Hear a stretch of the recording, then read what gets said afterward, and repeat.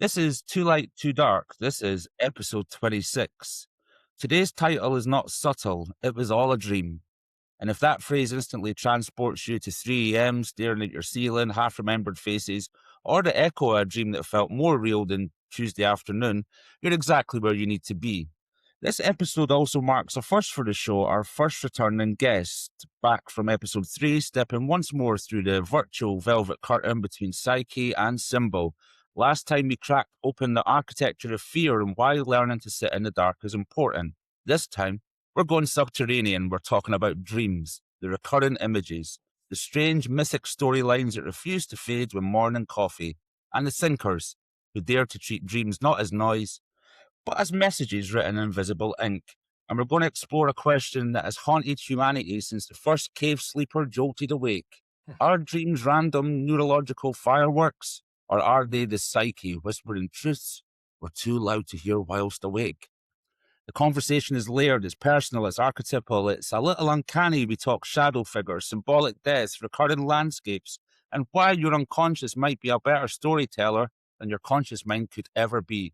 If you've ever woken up feeling like you travelled somewhere sacred, if you've ever sensed a dream was trying to get your attention, you're about to feel seen. So, dim the lights, crack open the journal, and let's step into the theatre of the subconscious with our guest today and founder of BGPS, Dr. Brett Grellier. Hi, Leon. Thank you so much for inviting me back. It's a great pleasure to see you again, and congratulations on all the success of your podcast since we spoke last. Yes, it's been a journey, as they would say on X Factor. So, to kick us off as a starter, why are we still so drawn to dreams, in your opinion? Yeah, that's a really good first question.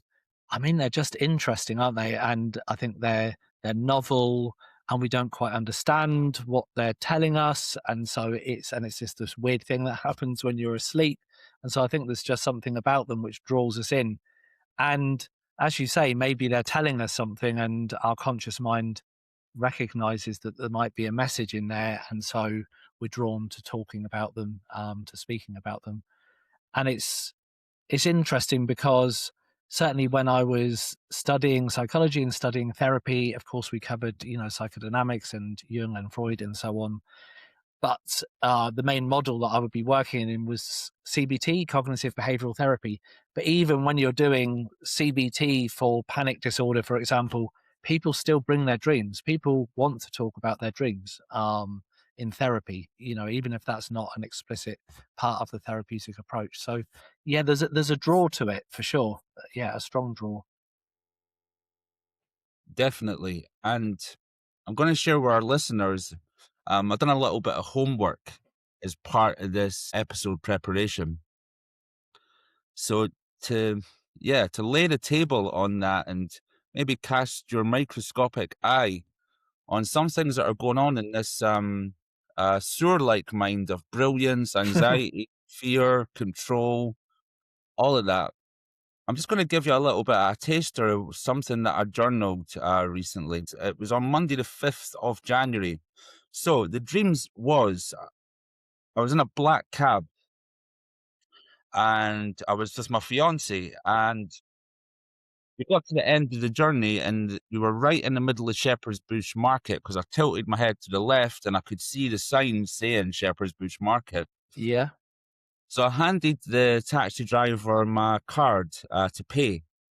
So there wasn't touch facilities yet. There was no contactless facility. I had to actually hand it to him. Yeah.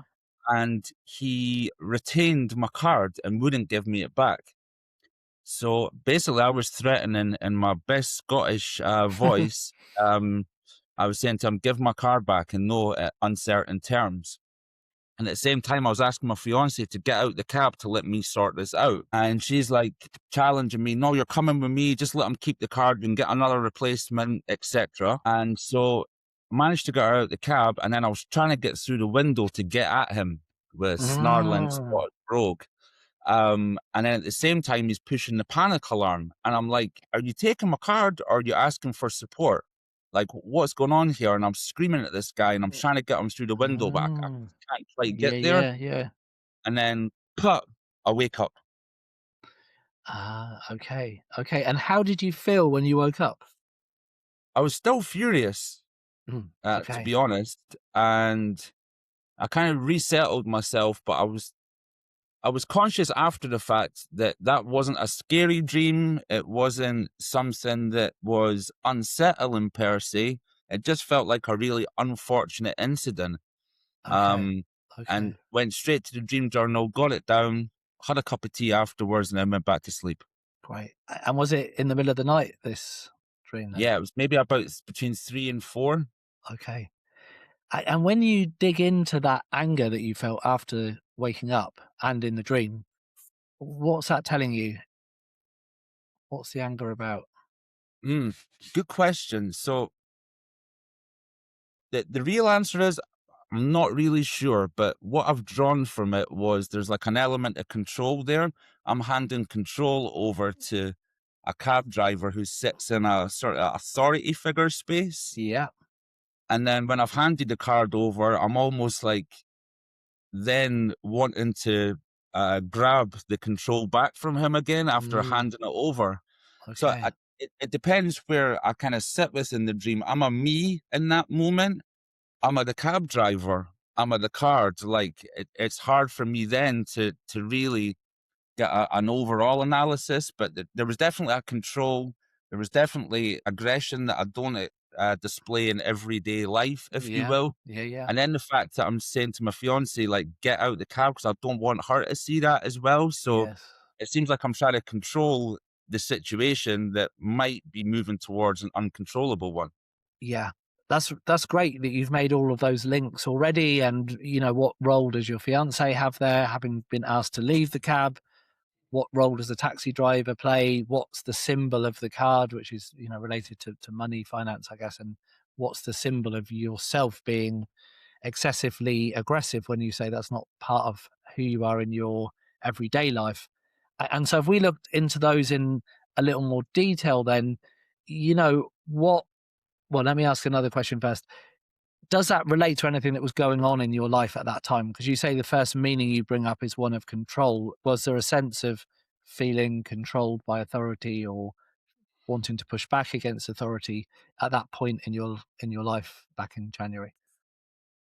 Well, I was thinking about I just moved house, Ah, okay, okay. so that was one, and then two, it was really noticeable that I could see the sign of Shepherd's Bush Market, which is a really busy part of West London. Mm, There's lots of movement in there. There's loads of sort of turbulence, if you will. yes, yeah, yeah. Look at the cab window. So even though Shepherd's Bush Market is busy and it's noisy and chaotic, I can kind of see it through a filter or through a window. So I Mm, was thinking to myself, what is it about that I'm kind of drawn towards chaos, but at the same time, I'm now in a new situation where I've kind of mm, I've kind of sheltered myself from that chaos. And is there still a conflict between wanting that old me and then wanting the new me? And maybe the yes. the cab driver is the conduit to bring me towards the new me by just handing my card over and saying, "I've got bills to pay now. I need to pay for this nice Mm, flat in West London now. Maybe I don't want to hand over ah, that control." yes, yeah, yeah. So your destination was a place that you associate with a bit of chaos and a lot of movement and maybe lack of control. Um, and the version of you in the back of the cab, does that fit in with that image?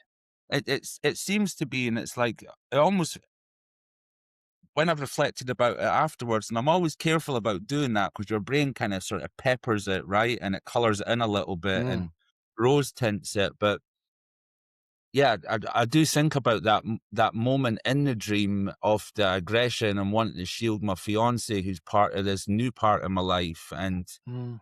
Yeah, yeah. shield myself away from Shepherd's Bush Market as a symbol of the chaos, and yeah, and sort of letting go of that younger feral me in the moment. Sure. Okay. But again, maybe the control element and maybe that sort of maybe that masked aggression is still a part of me that sits in that Mhm. shadow space. Sure.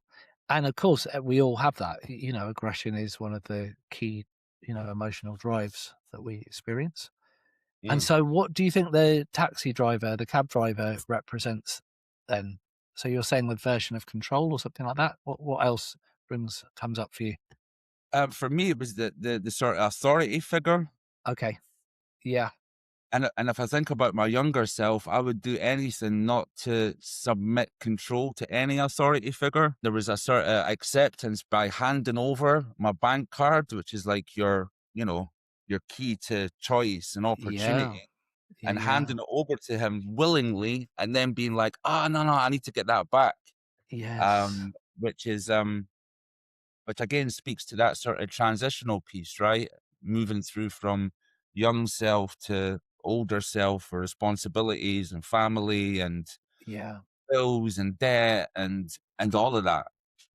So the card represents choice, opportunity, and the cab driver is control, I guess in Freudian terminology, like the super ego keeping it all together. And what do you think your fiance represents there? Because it could just be her. Yeah, for sure. Maybe it is just her.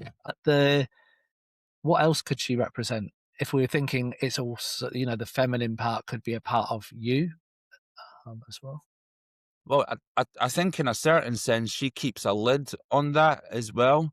So anytime I get too far into myself, I get a bit self grandiose, a bit self indulgent, a bit loud, a bit boisterous. She is a sort of, yeah, she's a gatekeeper of that, which I've kind of resisted at times, Brett, but definitely is that. And maybe I didn't want her to see that, expression of feral, youthful anger Mm, coming out. yeah, Um, and I suppose the question around that would be that she probably knows that that's there already, but again, I just don't want her to see that in me, even though sure. she saw Okay. it. Yeah, yeah, yeah. That makes sense. That makes absolute sense. Yeah, it's interesting those games we kind of play with, you're busy trying to hide something which of course she already sees, you know. And there's always that slightly disturbing idea that our partners often know us better than we know ourselves, or they at least are better at predicting our behavior in a range of situations than we are at predicting our own behavior. But what you're describing there is split off elements, aren't they? There's the kind of feminine element, the part that wants to keep you subdued, that's stepped outside the cab. You've got the cab driver in front of you with the screen that you can't get through, and you've handed over this control and choice, and now you're raging in the back of the cab. I mean, I guess that's not where you'd want to end the story, if you were. And it's interesting the point when you wake up. And what was the point? Yes, that's really interesting. You said to him, "Do you want my card or do you want support?" or something like that. Yeah, So there's a dialectic there. You're suddenly confused. Is he needing your help or is he a perpetrator of some kind? yeah, yeah. And I said it in much more expressive terms, Brett. I was basically asking him, why are you calling for fucking backup? Do you know what I mean? Yes. Oh, I see. Yeah, yeah, yeah. Yes. Yeah. Um, Yeah. which was interesting. And it draws me to that question that I brought up in the intro, is that our dreams neurological housekeeping or psychological communication? And maybe it's not one of them 2 points, right? It's probably both. Exactly. Yeah, yeah. Yeah, I agree. And I suppose with that dream, so you're asking why you are calling for support, but that obviously it was such an emotional feeling that it woke you up from the dream. And I suppose if we're thinking about, you don't have to answer it, but if we think about what our dreams are pulling us towards, if we came from a Jungian perspective, is some integration. And actually therapy in general is about integrating the different elements of our parts that we keep split. So I don't know if you have a thought of what a pleasant ending would be for Mm. that dream, and then we can talk about the different theories of what dreams may be doing and why they're important, or maybe they're not important. And yet, I think the ideal ending is he takes the card, he takes the transaction for the taxi, he gives me the card back, and then me and my fiance walk into Shepherd's Bush Market and are able to control the chaos. That's what it felt like Ah, okay. would be the ending. And just to add on to that as well, and you mentioned Jung, and I pulled something from Memories, Dreams, and Reflections, which is the dream is a little hidden door in the innermost and most secret recesses of the Mm. soul, which I think in that dream, in any dream, really speaks to what it is and what it can be, Brett. Yeah. Yes, absolutely. And as you say, this happened at a time when you were moving house, taking on additional responsibilities. And so, the dreams does seem to reflect what was happening in real life, and perhaps some fears about losing an element of yourself and your raw, animal state, if you like, being lost and controlled by this cab driver. So it's hard to think that dreams are completely meaningless and they are just random neural firing, because they do Yeah, seem to relate, don't they, to what we're experiencing in life. And looking at that can help you think about, okay, what do I need to do here? Because the idea is we don't want to get rid of the version of you that wants to, be creative and aggressive and expressive.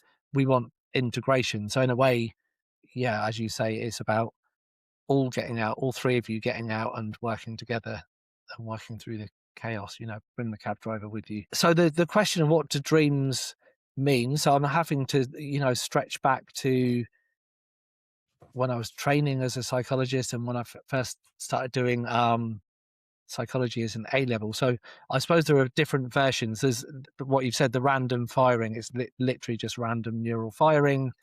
And then because our brains want to make sense of things, it sort of creates some kind of meaning linking these random firings together. The other is that it's a process in which our memories from the day are sorted and filed away. So it's kind of a memory consolidation type task. Um, and then another version is that it's to do with survival. So it's a way that our brains, our primary purpose is to survive and reproduce. And so it's a way of our brains trying out lots of different scenarios to help us become better at dealing with whatever situations real life might bring to us. And then perhaps the kind of most interesting one is that we are somehow tapping into a collective unconscious, which is what Jung was saying. And now that there is a fair amount of theory out there that suggests that consciousness is not held in our brain somewhere. Consciousness is one of the elements of existence, one of the building blocks of existence. And when we're in a non-waking state, we can link to this or connect to this collective unconscious that when we're awake, our brain kind of filters out essentially. Um, so that's that's a very interesting one. And just to say, if listeners are interested, the Telepathy Tapes podcast, which is very complimentary of your podcast, Leon, digs into this in quite a lot of detail and what might be going on there and sort of the research that's happened around this area. so neurologically, it could be, and it can be, and it may be the brain almost packaging up the experience from the day to help us feel better about it. Is that a takeaway?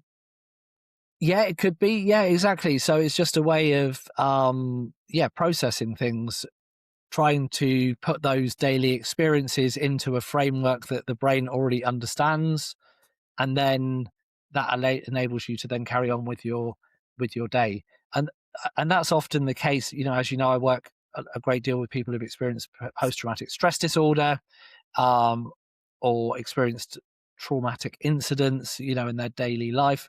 And that seems to be what happens. Often people can't sleep very well for a couple of nights because they're still alert and looking out for danger. But what tends to happen then is they have some really vivid dreams about the incident. And once they've had those vivid dreams, it feels like things are settled, and then they are able to, carry on with their daily life. So that, I think, as you said a few moments ago, like many of the our sort of body processes. There probably are multiple functions. You know, all of those things could be true. You know, it doesn't have to be one of them. Yeah, that's classic human being style, Brett. That all things can be true all at once. Yeah. And so touching upon I suppose euphoria and expansiveness and shame and then violence and then the terror that comes with dreams, because I have had some nightmares that I've not journaled but have stuck with me since I was like maybe 4 or 5 years old, Mm, Brett. And yeah, even just thinking about it, I'm already kind of a little bit shook thinking about them kind of early stage dreams. And mhm. is that a survival mechanism as well as a use for your developmental years? And suppose are nightmares adaptive? To ask the question directly. Yeah, that's a good question. So thinking about nightmares specifically, and you know, by the way, I'm not a specialist in this area, so I'm just like using the knowledge that I have from learning and from working with clients. Yes, I guess they could be adaptive. You know that if we use that survival element, that it's a way of our brains creating scenarios in which we might be facing a fear and then how we might resolve the fear. But the recurring nightmares, if we could to go down that hypothesis or that theory, is where the brain doesn't quite know how to quite Mm, know how to put the ending in, and so it keeps looping. A bit like when we worry about something, you know, and we can't find a solution to it, where the problem solving just goes round in a loop and we don't find a solution. And so something that can be quite helpful with recurring nightmares or recurring dreams, and this seems to work quite well. I've, you know, asked many clients over the years to try this, is to do a dream intervention. And mm, so before you go to sleep is to ask your brain, you know, because our conscious and unconscious obviously are linked. So you ask your brain, maybe even write it down. I would like this ending instead of me just falling from the cliff and waking up terrified. I would like the ending to be, you know, an umbrella that lifts me up and then I land on a boat and I'm, you know, rowing off to an island. And this seems to work. We can create the ending that we want. And it's the same with psychodrama, where people have experienced developmental trauma, where you can help people imagine a preferred outcome and you can rewire, as you say, you know, there's multiple realities. We can rewire our brain into a reality that's more preferential than the nightmare ending. So that's one way we can step out of recurring nightmares. However, they might also be telling us something. You know, if we went along with the theory that um, dreams, including nightmares, are symbolic, or they're trying to, um, the unconscious is trying to tell us something that might be helpful in our daily life. It might be about a part of ourselves that we don't want mm. to face. Um, and so it can be quite helpful. So, like the shadow side. Sorry, I was getting distracted because I would have a recurring nightmare where I would go down the steps of a cellar and then there would be some like unimaginably terrifying, frightening devil like creature Mm. lurking in the shadows. And I'd wake up, you know, terrified, night sweats, all of that kind of thing.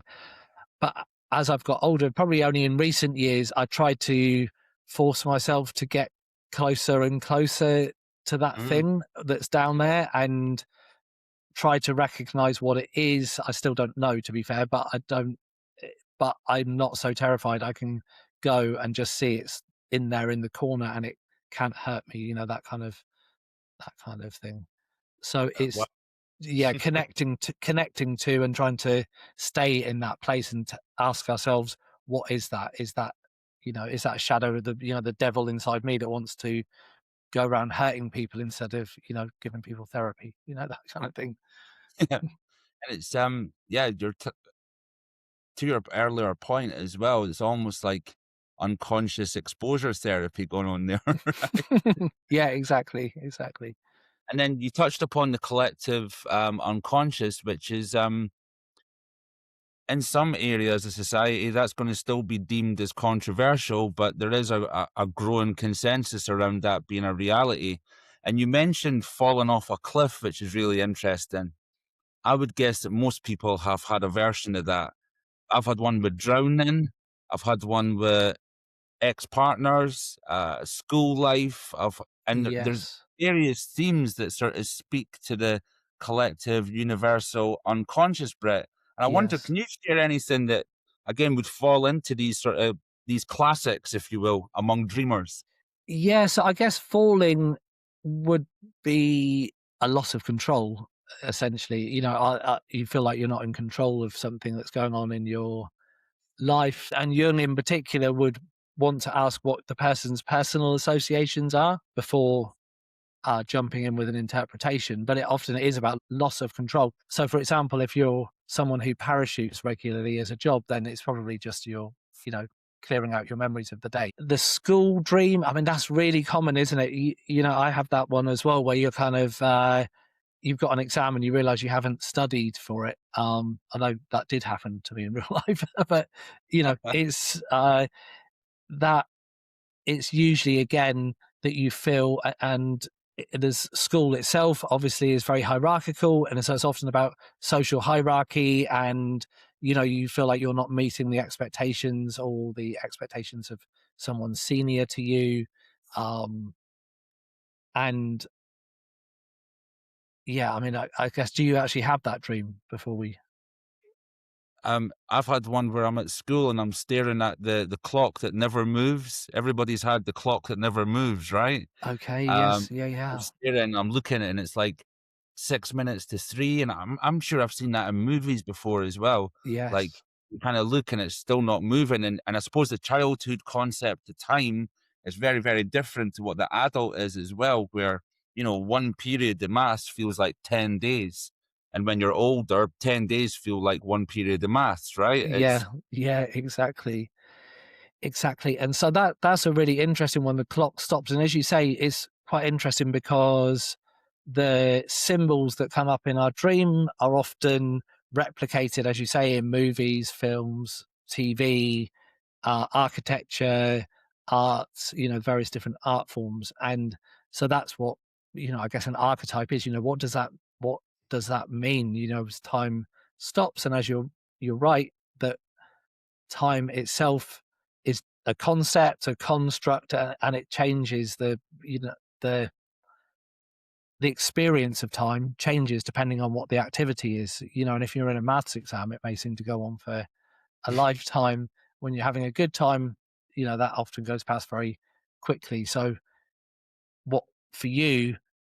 How is that symbolic that time just stops when you're sat in a maths exam? yeah, probably because I want to get to the end of it, because I'm not the greatest mathematician in the world. But for me, kind of reflecting on it as well, the like, a couple of times I've had that, it's almost that I want to stay in that moment now that I'm Mm, older. So at the time, consciously, I want to get out of that moment real quick, right? But actually, yeah. as I get Okay. older, it sort of encapsulates youth Okay. Yeah. and lack of responsibility, and being able to, like, kicking footballs with jumpers for goalposts, and summer days, and first loves, and it's got all of that sort of encapsulated within being at the school desk and the moment in time being stopped. Yeah. But at the So time, consciously, it's the opposite, right? yeah, that's really interesting. So, in a way, it's a bit of wish fulfillment that you just would love to be back in those more carefree days, Yeah. and you'd love for time to just stop there. Yeah, And really interesting. and that wishfulness piece, if you think about Freud, and read the interpretation of dreams when I started doing studies on psychodynamics, and the classic is the interpretation of dreams is a royal road to knowledge of the unconscious activities of the mind. Yeah, Freud, his, I suppose, big thing was dreams as disguised as wish fulfillments. Yeah, yeah, and repressed desires, which was again another tenet of his thinking and his thoughts within that book specifically, but pretty much throughout his career, Brett, right? Yeah, hugely smart guy, and looking outside the box and thinking outside the typical ways that people thought about human existence and society and so on at the time. But he was a product of his time, and so it seemed, I feel a little bit, he was a bit obsessed with repressed drives, and Yeah. the royal road seemed to, for him, come back to suppressed either aggressive or sexual drives, which I think maybe says something about him as much as it says about humanity in general. But of course we do all have those repressed drives, and I think that is an important part of the picture. And I'm sure you've had those kind of dreams as you've just described, that wish to be, in an innocent childhood type state. And with the safety of a school as well, it's quite interesting. You're sat at a desk, in a very fixed, ordered kind of environment in that dream as well. Yeah, and the clock almost like my God in a way, because that sets the destiny for kind of where I'm at right in that moment as well, which is interesting. And speaking to Freud, yeah, during my studies as well, I did start to realize real quick that, yeah, it is a product of the time. And as much as it's a royal road to the unconscious, it's always also a royal road to your underpants as well. Um, Yeah, exactly. it's important to remember that too. Yeah, Um, yeah. Now, moving away from my underpants, which everybody will be glad to hear that I'm going to do, I'm going to offer you another little snippet of what's going on in my unconscious, Brett, if you don't mind. Yeah, and I'm just gonna get a blank piece of paper so I can scribble that down. We're going to take a short intermission over to our sponsors for today's show with Dr. Brett Grellier. Introducing the Too Light, Too Dark Emotional Dimmer Switch, a conceptual device that lets you gently adjust how much truth you're exposed to at any given moment. You can turn it down for social settings. You can turn it up when you're alone and something just clicks. Too light, too dark for the room inside you. So this was 4 days after the taxi driver dream. So this was on Friday, January the 9th. So I'm at a party, and in the Dummy Dykes high rises, which is like central Edinburgh. Okay. So like prime central Edinburgh, it's like a council estate in amongst the new town of Edinburgh, and a little bit of the old town. It sits on that border. Um, yeah, my mum used to live there with an ex-partner of hers. And at the party, there's loads of female colleagues from primary school. Unfortunately for me, Brett, my tracksuit bottoms are on back to front. It's a grey marl top, so like a classic grey top. Yeah. And tracksuit bottoms are on back to front. Now, my grandfather kind of crossed my vision within the party Mm. as well. So he was around. And my grandmother, really interestingly, I knew she was there, but she didn't manifest in the dream. I could just feel that she was there somehow. And I wrote in the journal, all these places and events feel kind of familiar, but strikingly abstract, with a feeling that this is a dream that I'm aware that I'm dreaming. Okay. So there was a lucid element in there. So Yeah. you knew you were dreaming it as you were dreaming it. Yeah. Okay. Really interesting. Yeah. Again, does this link with a part of your life that's going on now? Is it relevant Um, to this moment in your life? that's a good question. It's like, because I think that there's the kind of the social interaction piece of being at the party. I love being at parties. I love having loads of people to talk to, new people, old Yeah. people. I love that. But interestingly, the place where it's at is a place where there was some really unfortunate experiences as Okay. well. But that has been almost, the negativity has been killed because my granddad's there.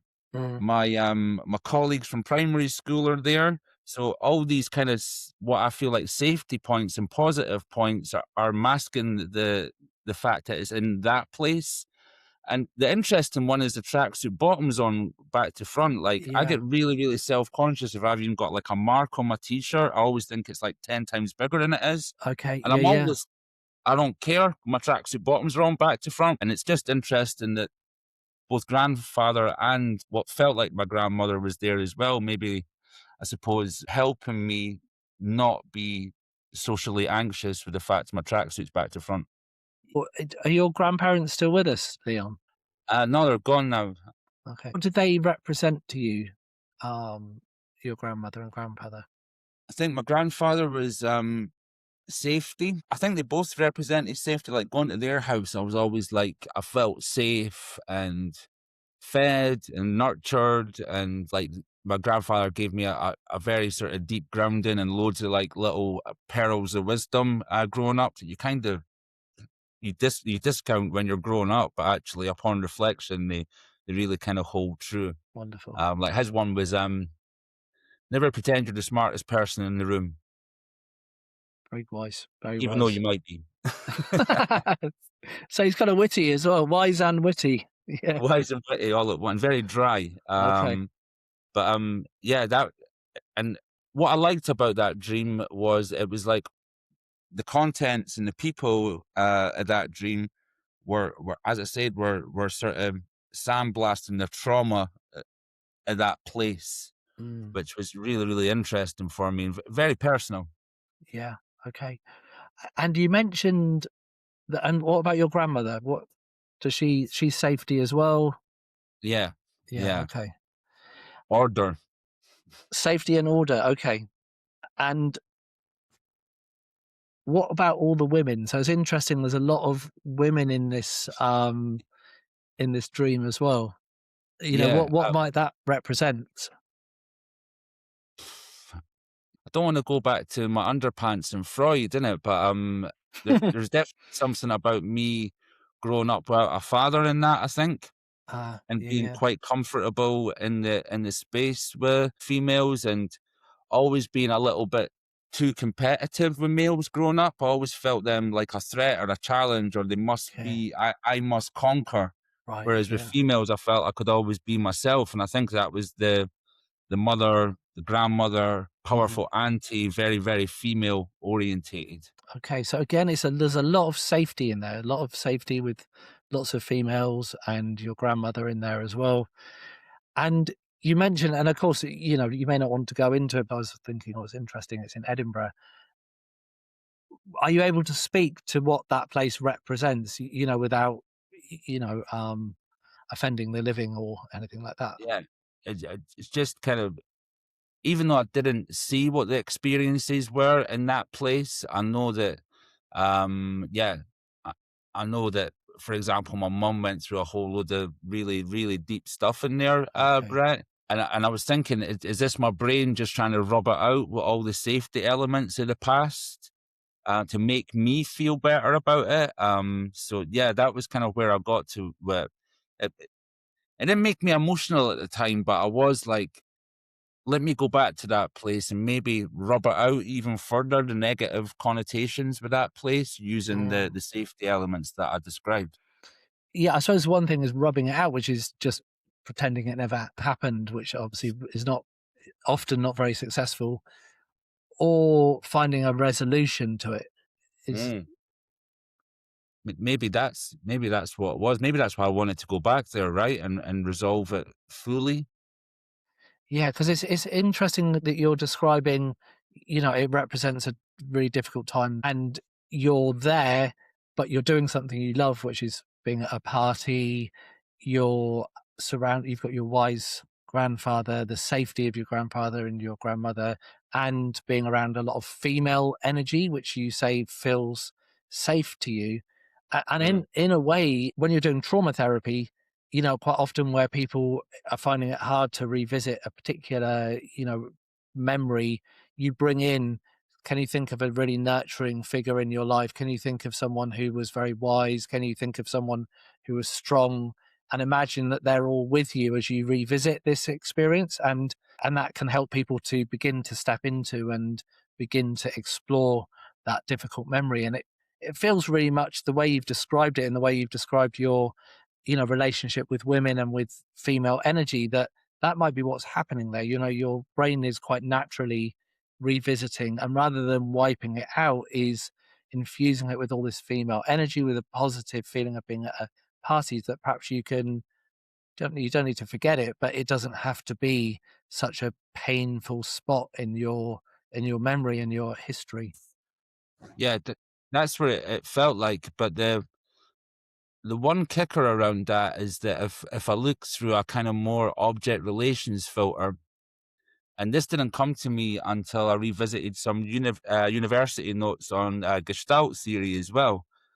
What about I'm the tracksuit bottoms that's kind of back to front, and I didn't really think about that until I read my uni notes, Brett, where I became the object rather than the person inhabiting the dream, and Yeah, then yeah. making all the sort of natural connotations. I wonder what your thoughts are around that, Brett, because I think that's it's a difficult exercise, but if you can get into the bones of that, there's more meaning to be drawn from it, right? So you were saying that in real life, that would be abhorrent to you. You'd be mortified to have your trousers on back to front. But in the dream, you didn't seem to mind. No, And so what might that? What does having your sweatpants on back to front represent? Do you think what meaning does that have? it's a good question, and I was thinking, is there still part of me that is a fascia day on day? Like, am I just putting on a fascia when actually this sort of clean cut representation of me, and I don't want a mark on my white shirt today, and let me just check myself in the mirror. In fact, I just want to be myself in inverted commas. I just want Mm, to be the sort of back to front tracksuit bottoms rather okay. than the sort of preened and trying to be as perfect as possible. And that's what I got by sort of going that sort of gestalt route and rooting myself in the backwards tracksuit bottoms, Brett, which was it was a bit of a mind bender for me, but I kind of got through it, if that makes sense. And so, if we went along with the idea that your dream's telling you or giving you a message about what you should be doing and or what might be helpful in your real life, in your waking life, let's say, what might be that? What might that be telling you then? So yeah, here's the dot joiner, if you will. I was thinking first dream's been very control orientated, right? Mm. And in the backwards tracksuit bottoms, there's a control element to that as well. And maybe the tracksuit bottoms are telling me you're safe enough now to put them on back to front. And guess what, Leon? Nobody gives a shit. Yeah, yeah. And for me, that was like the really key takeaway about putting myself in the role of the tracksuit bottom. That nobody really gives a shit about you, really, Leon. Like, get over yourself, mate. Okay. Okay, there's a bit of self-criticism in there, but yeah, I know what you mean, like letting go of ego maybe a little Yep. bit. Yeah, that makes sense for sure. And I suppose maybe wearing your tracksuit bottoms back to front would be a bit of a step too far. Perhaps you could, not do your hair so beautifully one day, something something like that in real life, and just check out whether anything goes wrong. Maybe it is a message just to let your guard down a little bit in terms of how you present yourself to the world. And yeah, the way I resolved it, again, through that Gestalt lens was, I am enough, Brett, and you are enough, and we are enough. And we stop telling ourselves that sometimes. We're super hypercritical. Yeah, we're all very self-critical. Even without having abusive experiences, which of course lead people to be self-critical and self-hating even. But even without those experiences, the first thing that we learn is no, don't do that. No, no, no, no. And so we learn that what we're doing is wrong a lot of the time. And so that can carry through into our adult life. And then we, of course, live in a society where there are expectations and cultural expectations of how we behave. And so we need to fit in, as I was speaking about last time, we need to fit into the tribe, we need to fit into our community. So we're always asking ourselves, should we be doing something slightly different? And it can lead to some self criticism. I really love the conclusion you've come to from that dream, though, that you are enough. That that's lovely. You know, that's really lovely. That's really lovely. Um, and if we dig into the more esoteric version of dreams, you know, the fact that your grandmother and your grandfather are there with you whilst you're having that insight is even more beautiful, I think. Yeah, it made me feel good, and again wanting to go back there Mm, after waking up. yeah, Um, and on that sort of on the theory and Gestalt, which is kind of new comparatively to Jung and yeah. to Freud. I picked out a quote from Fritz Perls, which is every part of the dream is a part of you. And how I interpreted that at the time during study was the rejection of symbolic decoding completely. Ah, So okay. every dream's a projection of the self. And this is the point about the backwards tracksuit bottoms is I became each object in the dream and Yeah. role play myself as each object in that dream. Um, and yeah, and then to integrate the sort of split off parts of your personality within that. Brett, what do you think of that as a quote and a one liner? I mean, it's a great one-liner, isn't it? That's probably why it survived the 50 years or so since he said it. Yeah, that's interesting because y- so the Fritz Perls Gestalt comes from the humanistic sort of approaches umbrella, and then that idea that as it prizes the individual essentially, and that, you know, individuals given the right conditions will move towards what's positive and what's nourishing for them. I think one of the criticisms of the humanistic approaches is that kind of focus on too much focus on the self and the individual, where of course we're not just individual beings, we're connected to, you know, other humans and to animals and to, you know, communities, etc. And so I think that's a really um useful area for discussion and for kind of insight to think, well, what part of me could that represent? But I don't think it's all of the answer. I think it's also how does this relate to my upbringing? How does this relate to my family? How does it relate to my community? How does it relate to being a citizen of the earth, you know, in the solar system, et cetera, et cetera? You know, we're much bigger than just us, you know, which is interesting because that was another outcome of your own analysis, which was, I'm not that important, you know, and I don't think you meant that in a, you know, self-critical way. Really, it was more like, you know, this is just one person in part of a much, much bigger picture, and having trousers on back to front doesn't really matter. No. Um, so before we get to our dessert questions, I've got one more, and this was the most abstract piece of journaling. Okay. So yeah, I'm going to share this with you. God. So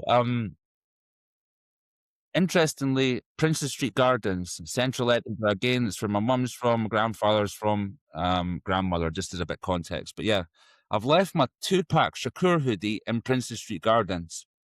Okay. And somehow I know that Jay-Z is went to collect my 2-pack hoodie.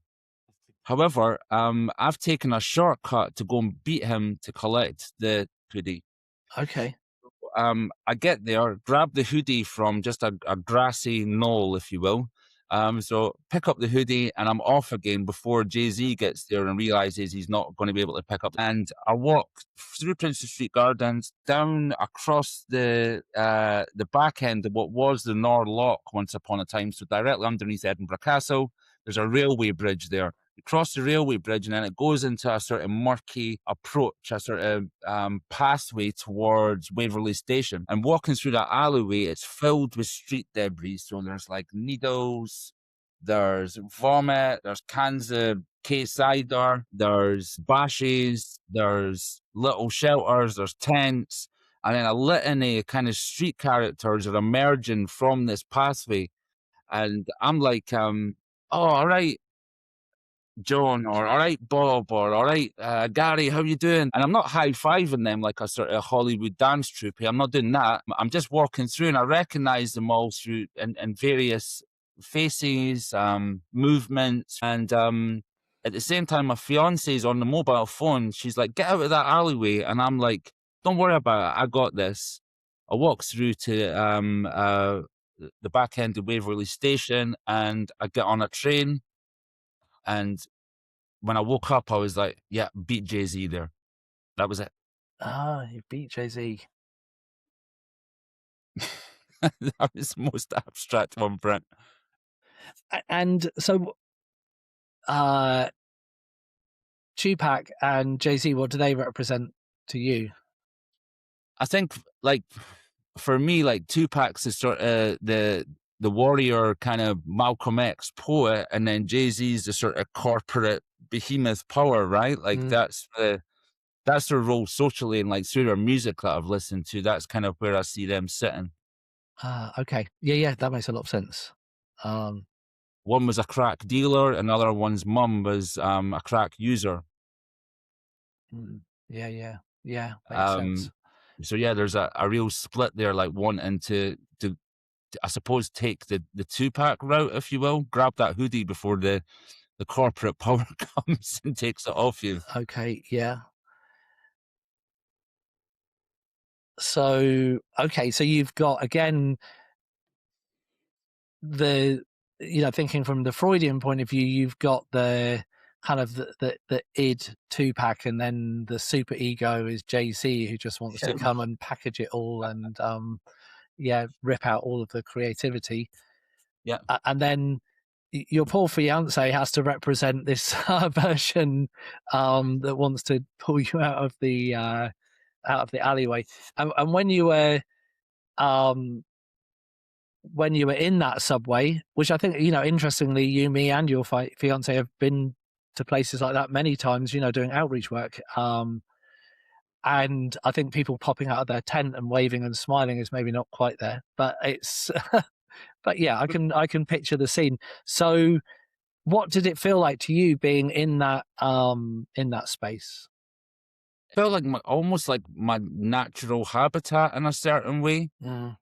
So there was kind of no fear. There was no, I shouldn't go down there, or let me check my feet in case I step on a used needle, or let me not kick that can of case either. There was none of that. It was like, I am where I need to be, which had the backdrop Edinburgh as well, which is home too. Yes. And again, I am where I need to be. It was like sun shining.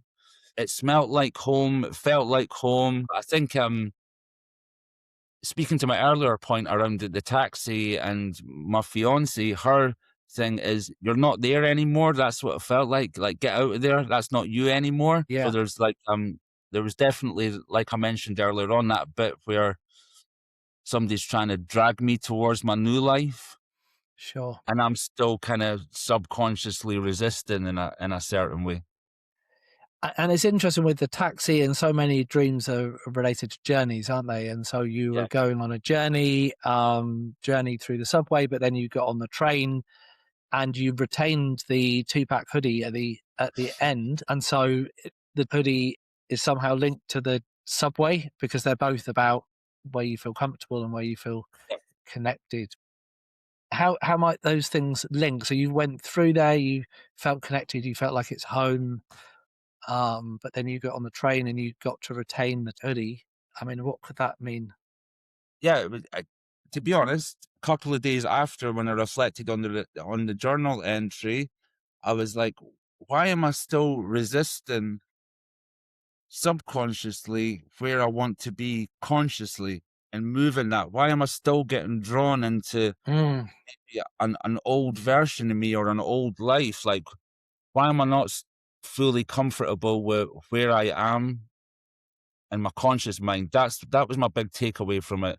So as much it was kind of funny and abstract when I read it on day one, actually, when it got to day 3 and day 5, and I had a time to really, really process and almost download it, Brett, I was like, not sure if I like that. So your interpretation is there's a part of you just wants to go back to that, or you maybe felt more comfortable there. but it's interesting that it's a kind of an idealized version of it, isn't it? Yeah. Because anyone who's been listening to your podcast series will know that that period in your life was far from ideal. In many ways. So, what do you make of the fact that your brain's creating an idealized version of this part of your life and your history? Yeah, it tells me that I'm trying to color in the blackness of how I interpret it, various traumatic events attached Mm, to home. And I'm trying to color it in with some green grass and a sunny day. And like my brain is doing that to help yeah. me feel better about home, which in a certain sense, I'm still trying to figure out what that actually means to me. Mm, Even in my mid-40s, Brett, right? I'm still struggling with that as a concept. And I think that longer term, like, is that an everlasting thinking point? Is that something I'm always gonna have to kind of revisit and repackage and make myself feel better about? Is there any closure to that? Who knows, right? mm. It's making me think a little bit of narrative exposure therapy, where you kind of have a string, and then along the string you have flowers for the good points in your life, and then you place stones for the difficult periods in Mm, your life. But it's all part of your journey, and we can't erase parts of our journey. They're part of you. Yeah, I guess the invitation in a way is how you can integrate those things. You did get to retain the two-pack sweater. Those bits of you that are represented in those earlier parts of your life. How can you bring them with you? It's not about being a version of Leon mm. that's caught a Jay-Z corporate version. That all of those experiences make you who you are today. And so how can you integrate, I think, maybe as part of, often for psychological health, we're trying to integrate, different elements of Mm. ourselves. Yeah, I mean, to answer the question, will you come back to it? Probably, because as things happen in our lives, the things that often we feel we've resolved, something happens in our life, maybe a bereavement, or something like that, or something traumatic, and those times of our life that we thought were resolved can get reactivated, and we need to revisit them. So in a way, I suppose it's taking this lightly that we'd be pulled back and forth to different areas and times of our lives, but it's the approach which we take to revisiting those places that is probably most important. And yeah, once I kind of story arced all three as like a sort of closing exercise, really randomly through these kind of power naps. But what I took away is that there's still there's external conflict, there's personal power struggles, there's the kind of the early life reviewer in me that's still Mm, processing and yeah, yeah. packaging ancestral influences. There's reclaiming identity and autonomy, and then there's a sort of sprinkling of humorous self-expression and comfort with personal agency that manifests in dreams in these abstract ways. So I kind of summarized it as like conflict, history, reclaiming, integration, and play.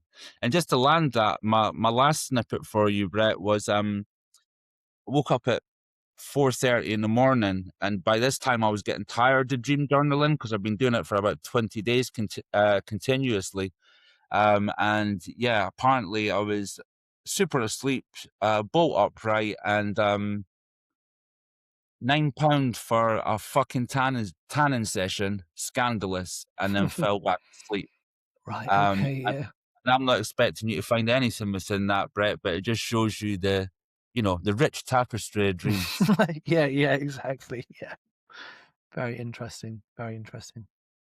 So I've got a couple of dessert questions that would be Okay. really good for you just to work through. So I mentioned the dream journal, and I was tired from it by the end because there's Mm, a lot of work there if you've got a therapeutic lens on you. mm. Is that a good practical measure? Maybe if you feel like you can't dream or you want to dream more, you want to draw meaning, is that probably the best practical solution for that, Brett? Yeah, if you don't naturally remember your dreams, then you can set an intention before you go to sleep, maybe even write the intention down. Tonight, I'm going to remember my dreams. And then when you wake up, stay completely still, because the idea is if you start to move, then the motor element of your cortex then overrides your memory. So just try and stay completely still, grasp the little nuggets that you can remember, and then get up and write them down as soon as you can. So that's the way to go about it, and it And tends to work. And that can be really helpful for people who are struggling to resolve something in their life. Just adds an extra element in there to reflect on what's happening in their dream life. and then mentioned the word tired, and then having to revisit all sorts of different areas in my life. Mm. I found that emotionally tiring. And one thing I was conscious of is the danger of over meaning. And Mm. Brett, there is situations where interpretation can become projection, right? Sure, yeah, and unfortunately, we're all very busy, aren't we? So we don't really have time to get up and sort of write down our dreams and have a think about it and then go back to sleep, because the alarm's going to go off and we've got to go to work. But yes, we can go down rabbit holes for sure, and usually our first impressions of what the dream meant are going to be the most helpful. And every time we revisit and recall, it's going to be colored by our ego, by what we think we should be thinking, et cetera, et cetera. So probably just keep it at the pure immediate response, and then, leave it. And then a sort of closing reflection from you is that if dreams are letters from the subconscious, what happens if we stop opening them, Brett? Well, I think we're missing out on a really rich aspect of our existence, and a rich source of potential knowledge, resolution of difficulties. And if you buy into the idea, and as you say, there's lots of emerging research which suggests that the unconscious is something shared that we can delve into. Why would we not want to look into that? It's fascinating and interesting. Definitely. And yeah, just to close us out, I'd say our listeners, if today stirred something in you, don't brush it off like Jay-Z with his shoulder or yesterday's fog. Write it down. Your dreams, your symbols, the strange fragments that refuse to fade. Get them down on that paper, because the unconscious does not shout. It sketches, it hints, it repeats. A massive gratitude to Brett for you for coming on, for returning to Too Light, Too Dark, and guiding us once more through the terrain where psyche meets myth and mystery. If this episode resonated, share it with someone who's ever said it was all a dream. Maybe it wasn't. Maybe it's going to be. So subscribe, follow, leave a review. You know the ritual. Until next time, stay curious about what visits you in the dark. Sometimes the light you're searching for has been speaking to you all along in the symbols. Stay gold, stay beautiful, and stay subterranean.